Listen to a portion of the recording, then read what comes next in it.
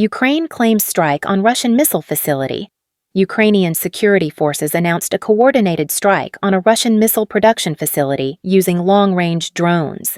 The operation, conducted by Ukraine's Security Service, SBU, in coordination with military forces on July 1st, targeted the EP Kupon electromechanical plant located in the Russian Republic of Umstia. The site is believed to manufacture short-range air defense missiles. Ukraine's general staff confirmed the strike caused a fire at the facility, noting the results are still being assessed.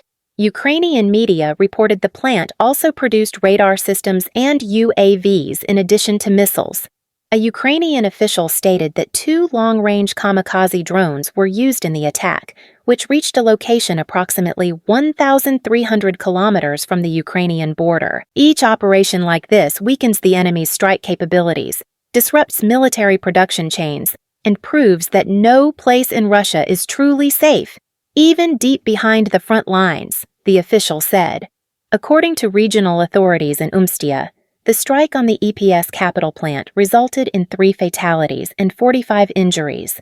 Governor Alop of Umstia reported the situation to President Vladimir Putin, prompting local authorities to declare a state of emergency.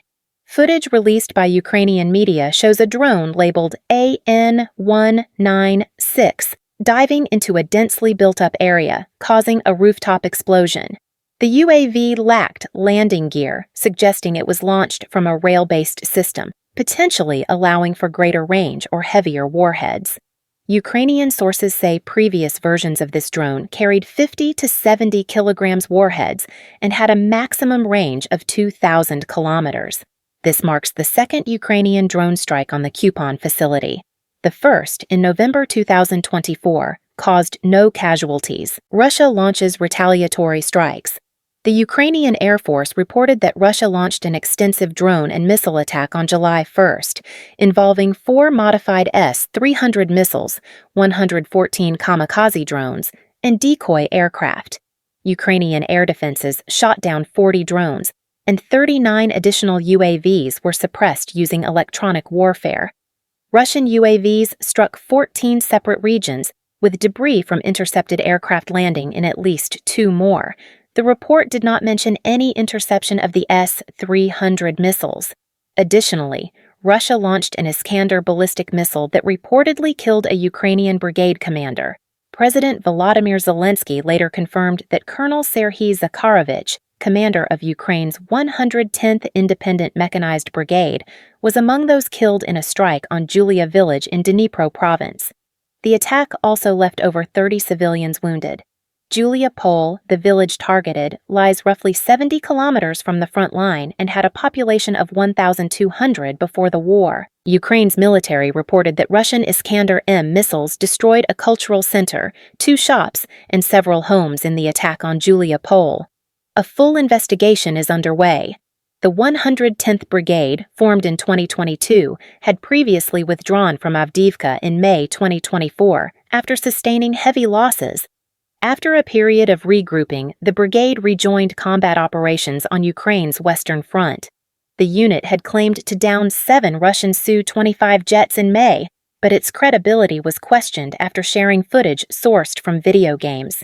In January, the brigade was again pushed back by Russian forces near the strategic village of Velika Novosilka, resulting in leadership changes. Meanwhile, Russian forces have launched fresh attacks into Dnipro region for the first time since the war began, with reports from pro-Russian officials claiming capture of the first village there. Ukraine's military continues to deny that Russian forces have secured ground in the region. Ukraine responds to U.S. aid pause.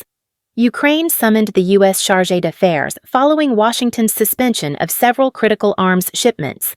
The Pentagon's decision reportedly followed an internal review of America's stockpile levels amid rising concerns about ammunition shortages. President Zelensky emphasized Ukraine's urgency in preparing for meetings with EU and NATO partners to discuss joint weapons production.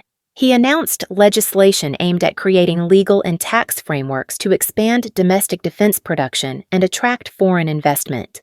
During a visit to Kyiv earlier this week, German Foreign Minister Johann Wolff stated that Berlin aimed to assist Ukraine in ramping up arms production as swiftly as possible, accompanied by German defense industry representatives. Ukraine warned that delays in Western military support would embolden Russia to continue the war. Any delay in defense aid encourages further aggression, the foreign ministry stated. Kremlin reacts to U.S. policy shift. Kremlin spokesman Dmitry Peskov welcomed the U.S. decision to pause arms deliveries, claiming it could bring peace closer. The fewer weapons Ukraine receives, the closer we are to ending this conflict. Since the war began in February 2022, the U.S. has been Ukraine's largest military backer. However, under President Donald Trump's administration, military aid has slowed. According to Germany's Kiel Institute, U.S. aid fell to zero between March and April, while European nations collectively provided more than $85 billion, surpassing the U.S. for the first time. Analysts warn that while European allies can cover some gaps, key systems like HIMARS and U.S.-made air defense platforms, especially the Patriot system, have no viable alternatives.